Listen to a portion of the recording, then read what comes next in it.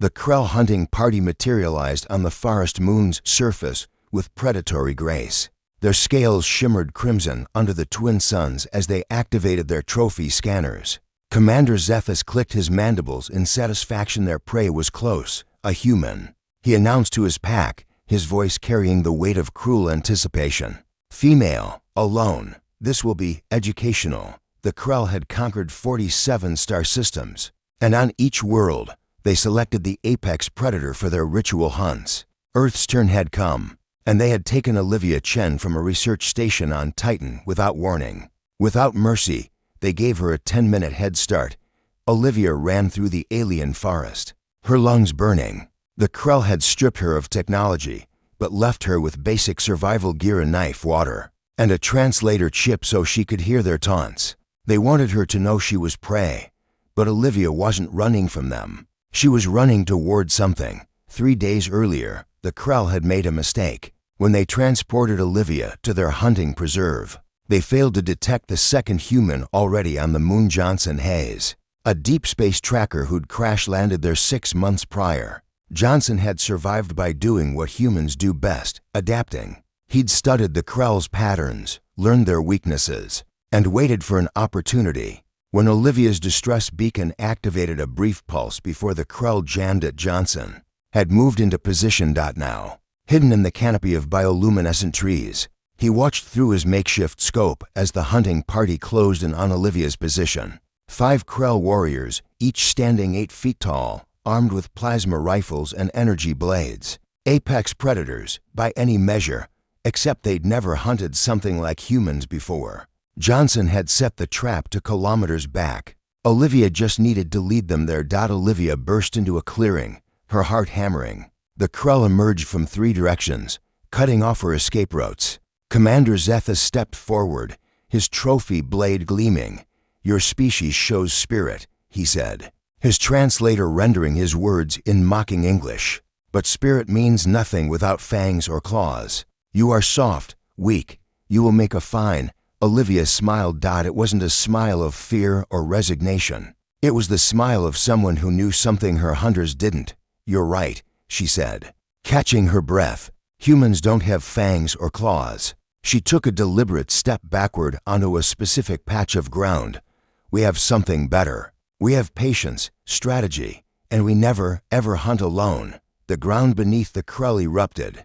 Johnson had spent weeks rigging the clearing with traps made from salvaged ship parts and local materials. Plasma cells he'd jury-rigged into directional mines. Monofilament wire strung at joint height for creatures exactly 8 feet tall. Pit traps covered with photoreactive camouflage. 2 Krell dropped immediately, their legs severed by the near-invisible wire. Another triggered a plasma mine that sent him flying backward. His armor melted through.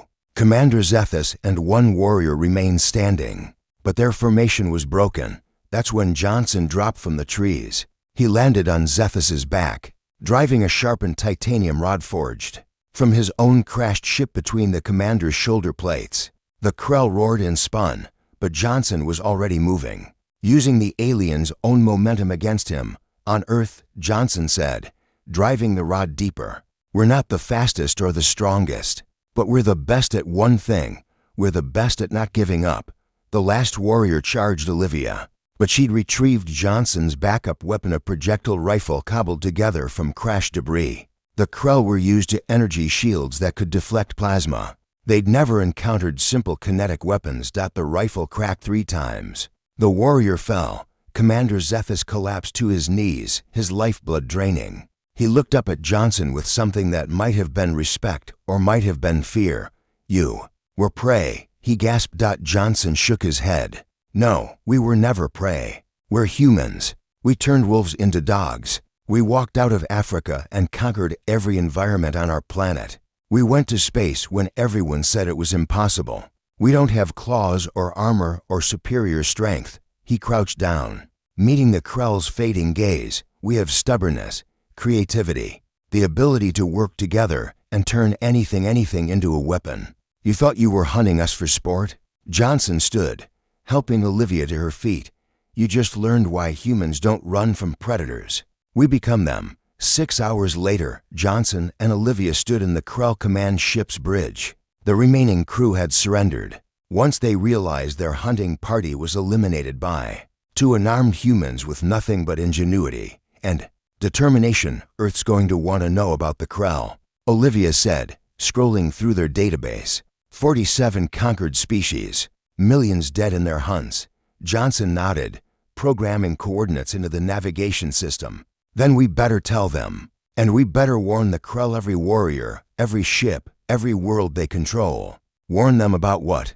Johnson activated the ship's galaxy-wide broadcast system, that they just made humanity angry. And when you make humans angry, when you threaten us, hunt us, try to break us, he pressed the transmit button. We don't run. We don't hide. We come back with friends, with plans, with weapons you've never imagined. The message transmitted across 47 star systems simultaneously. You wanted to hunt humans for sport. Now Earth knows where you are. Now humanity is coming. And we're not coming as prey.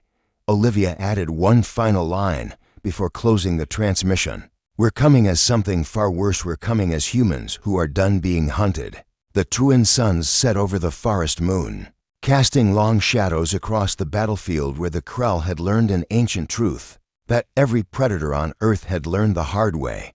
Humans might not have fangs or claws, but underestimate them, and you'll discover why they're the apex predator of predators, not through strength, but through the terrifying combination of intelligence, cooperation, and an absolute refusal to accept defeat. The Krell had hunted one human for sport. They would never make that mistake again. The end.